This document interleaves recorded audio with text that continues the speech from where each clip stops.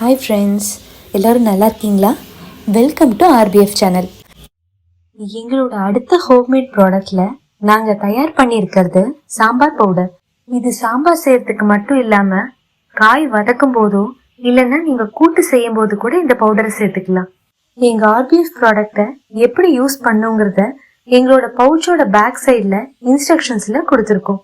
எங்கள் சாம்பார் பவுடரில் எந்த ப்ரிசர்வேட்டிவோ இல்லை கலரிங் ஏஜென்ட்டும் நாங்கள் சேர்க்கல. நீங்க ஆர்டர் கொடுத்ததுக்கு அப்புறம் தான் நாங்க தயார் செய்யவே ஆரம்பிப்போம். அதனால உங்களுக்கு எப்பவுமே ஃப்ரெஷ்ஷாகவும் நல்ல ஃப்ளேவரோடையும் இருக்கும். உங்களுக்கும் எங்களோட ஆர்பிஎஃப் ப்ராடக்ட் தயார் பண்ணிருக்கிற சாம்பார் பவுடர் வேணும்னா வாட்ஸ்அப் நம்பருக்கு மெசேஜ் பண்ணுங்க.